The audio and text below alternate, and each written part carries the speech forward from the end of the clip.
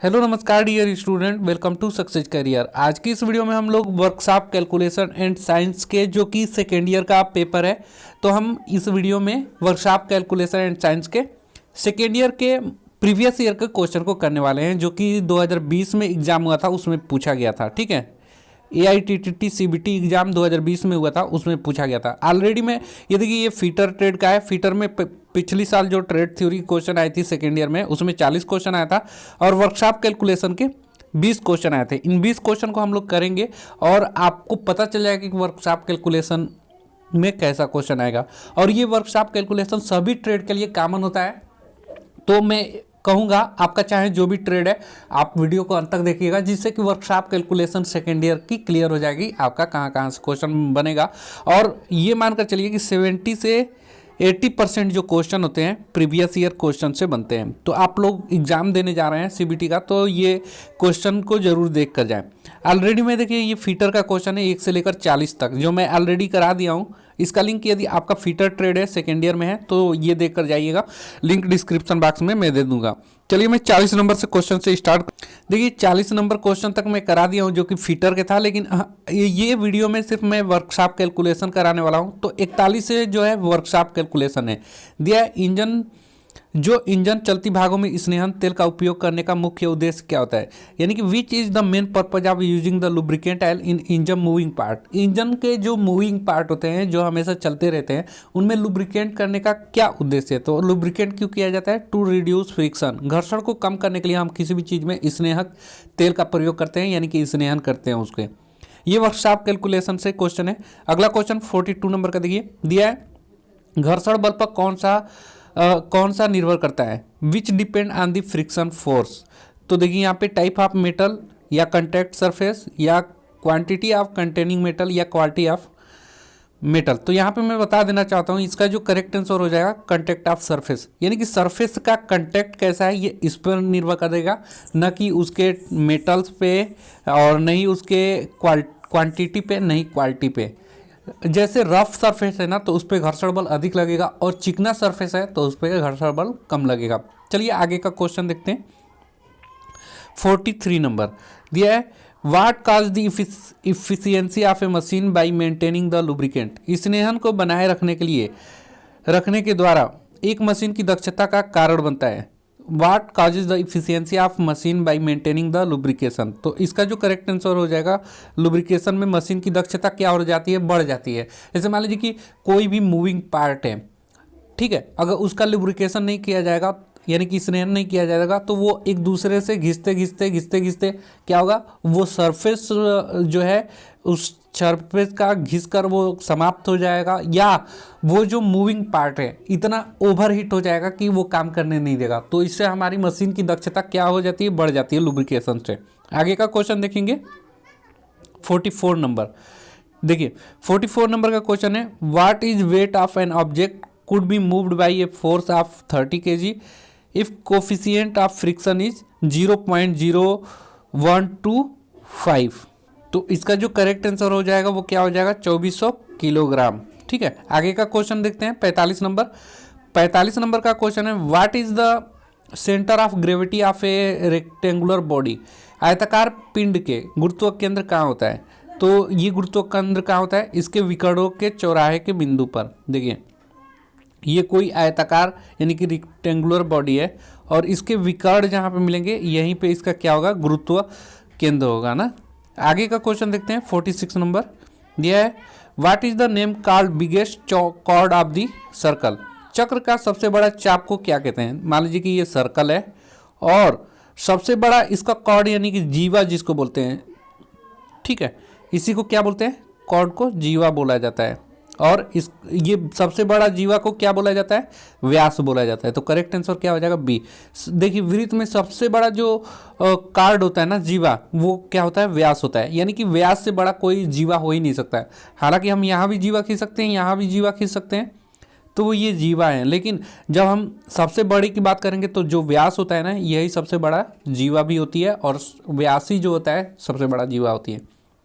आगे का क्वेश्चन देखेंगे 47 number, what is the diameter of the circle if the area of the circle is 78.5 centimetre. यदि वृत्त का क्षेत्रफल 78.5 सेंटीमीटर है तो वृत्त का व्यास बताना है। तो आपको फार्मूला याद होना चाहिए। तो देखिए इसको कैसे करेंगे, आपको पता होना चाहिए ये व्यास के फॉर्म में है, तो pi d square upon 4 equal to क्या होता है 78.5, यानी कि वृत्त का व्यास क्या होता है pi into D square upon 4 equal to 78.5 के बराबर है।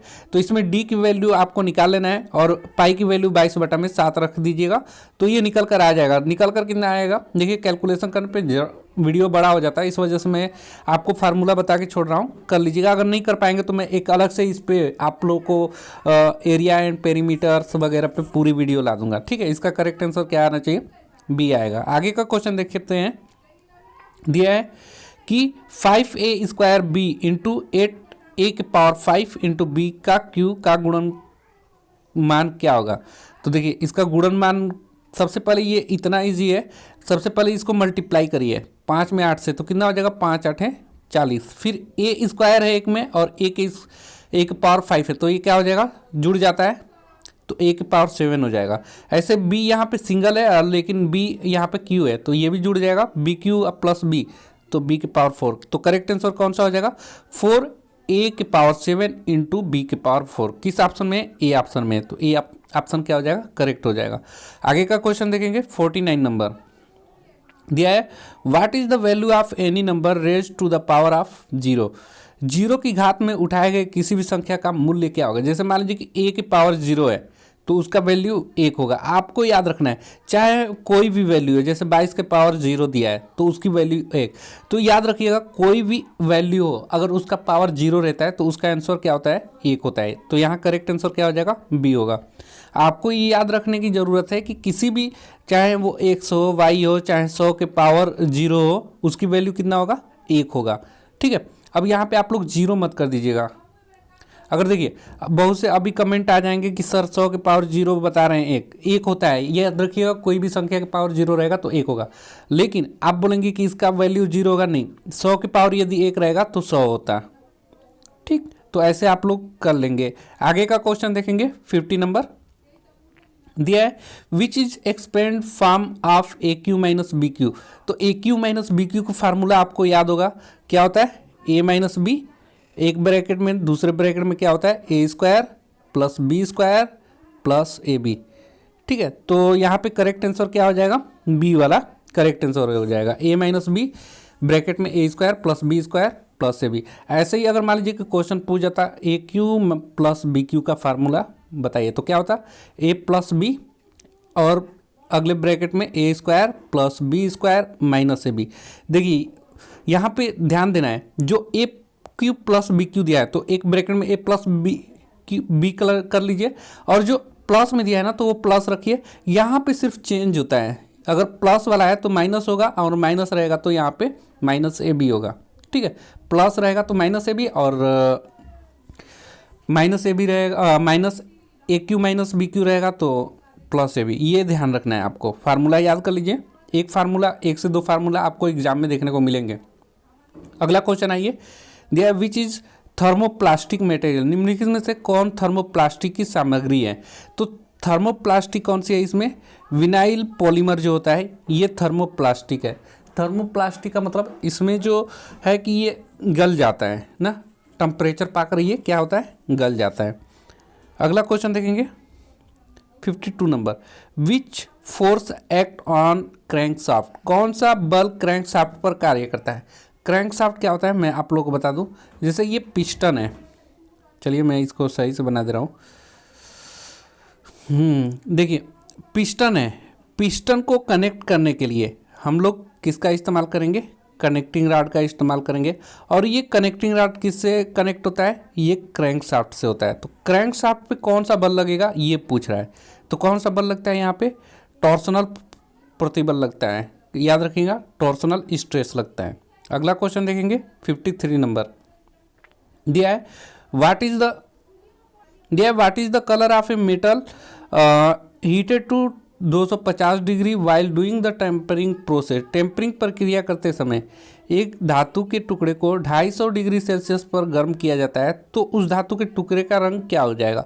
तो देखिए धातु के टुकड़े का जो रंग है वो कैसा हो जाता है, ब्राउन कलर का, भूरा कलर का हो जाएगा यदि हम किसी भी टेम्परिंग करते वक्त 250 डिग्री उसका टेम्परेचर कर देते हैं। तो आगे का क्वेश्चन देखेंगे 54 नंबर दिया है, what is the process of heat treatment. ऊष्मा उपचार की प्रक्रिया क्या है।